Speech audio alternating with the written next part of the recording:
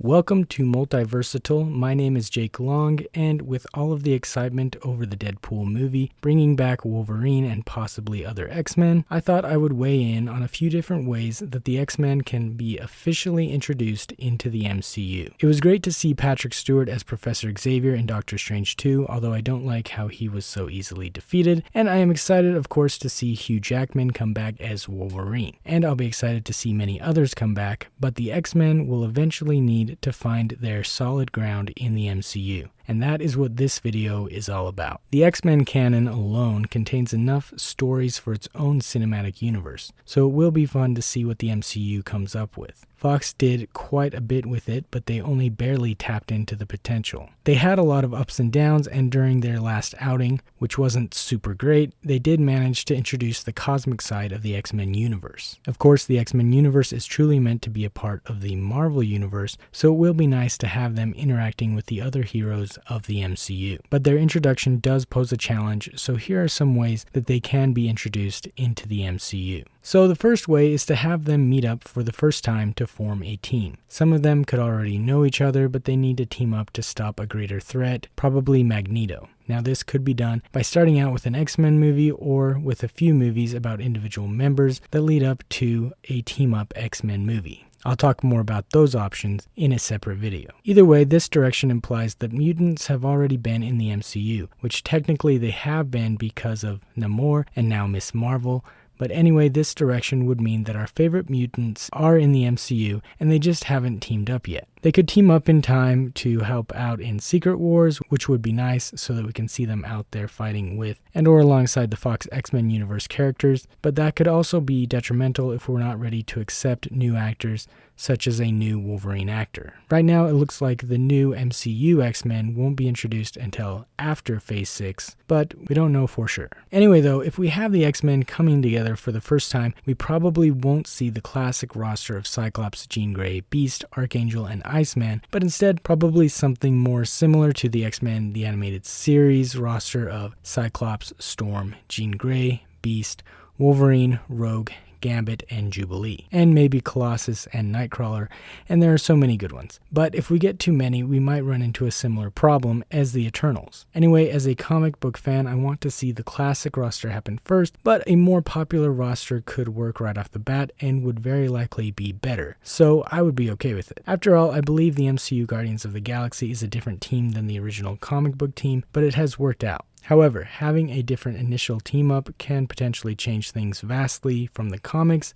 and there are a lot of classic X-Men comics that can provide wonderful storylines for MCU projects. And to counterpoint that, X-Men the Animated Series did manage to include a lot of great comic book storylines, even though the series started out with an X-Men team that had probably been around for nearly a decade and didn't have the original roster. And a lot of the great stories take place later with a team made up of not all the original mutants. This way of introducing the MCU X-Men provides a reason for the X-Men not helping out in any of the world-ending threats that happened during the events of the Avengers movies because they simply wouldn't have been a team yet. They didn't have Xavier to unite them and send them on missions. Xavier would have been around and was possibly helping in secret, using his telepathy to take down Chitauri's soldiers in the attack on New York, but he didn't have a team to send. Jean Grey would be his student, but she would be too young to go and fight, although that doesn't stop Ms. Marvel and Spider-Man. But anyway, the other X-Men are off doing their own thing during those events as well. Cyclops and Beast would just be developing their powers like Jean if they team up later as teenagers or a little older. Wolverine could have been halfway around the world along with everyone else. There are a few other questions though, like what have Xavier and Magneto been doing if not gathering teams of mutants to fight each other? However, maybe there just haven't been many mutants in the world until now. The second way to bring the X-Men into the MCU that I want to list today is for the X-Men team to already be a team and to have them come out of some sort of hiding. The team could have had only a few missions, and Professor Xavier could have potentially wiped the minds of anyone knowing about these missions. Of course, if these missions caught public attention, it would get exhausting and probably very unhealthy for the professor to wipe so many minds so many times. Strange things happen even in the world that we live in today, so Xavier could potentially cover everything up except for possibly some Bigfoot sightings that were actually saber-tooth or something like that,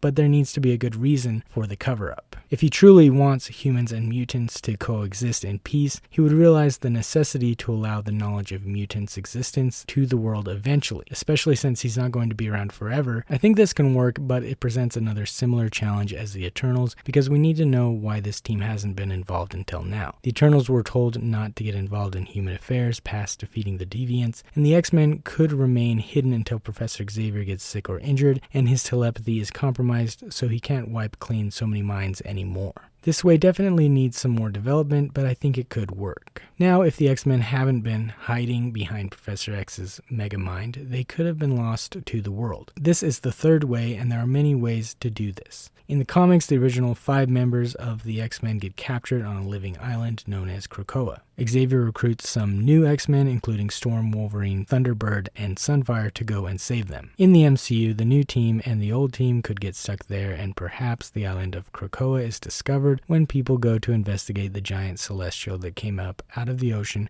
during the events of the Eternals. Or Xavier somehow finds a way to telepathically contact other people for help. The island could potentially slow down their aging process, allowing the X-Men to have actually been around for a while, but for the story's sake, do we really need to have them being around for a while if they haven't been involved in any of the major MCU events? I mean, the rumor for the Fantastic Four is that they have been trapped in the quantum realm. This gives them a connection to the Multiverse saga and provides an interesting way for them to enter into the MCU. I suppose in a similar way, the X-Men could have stopped Magneto during the Cuban Missile Crisis and then shortly after go to Krakoa and get trapped. If Magneto goes to the island as well, this would allow him to be involved in the story without having to go up against the X-Men as a 90-something-year-old man. However, I have a different solution for Magneto's age problem that you can check out here. The Savage Land, a hidden tropical land in Antarctica that has dinosaurs and other crazy things, could also be used in place of Krakoa. Having dinosaurs in the MCU would be a lot of fun, but they could always bring in the Savage Land later too, I suppose. The fourth and final way that I have for the X-Men entering the MCU is the one that I have seen going around the internet, and that is to essentially reboot the franchise after Phase 6 when the Multiverse saga ends. All of these ways sound fun to me, but I think I currently like this one the most, and that is because we could potentially be able to see the X-Men interacting with characters like Tony Stark Iron Man, Steve Rogers Captain America, and Natalia Romanoff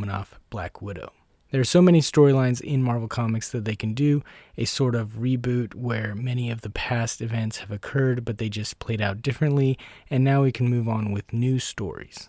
Since the X-Men and the Fantastic Four would be the newcomers for the MCU at least, the stories can focus heavily on them, but there are a lot of crossover stories that can utilize those teams, as well as the Avengers and other heroes. I'm not sure what this will mean though for characters like Ironheart and Sam Wilson Captain America. There's definitely a place for those characters, and having 2 or even more Captain Americas around will be great for the Multiverse saga, but once that is all over, having 2 Captain Americas around could be confusing. Of course, who knows if those original actors would come back, so that is another issue to deal with. And I don't want to take away from Sam Wilson's time to shine as Captain America either. I'm hoping they get him involved more in phases 5 and 6, and Ironheart as well. Anyway, that is all for me today. Let me know what you think about these ways to introduce the X-Men into the MCU, and please click that like button if you liked the video. Subscribe for more similar videos, and thanks for watching. Take care.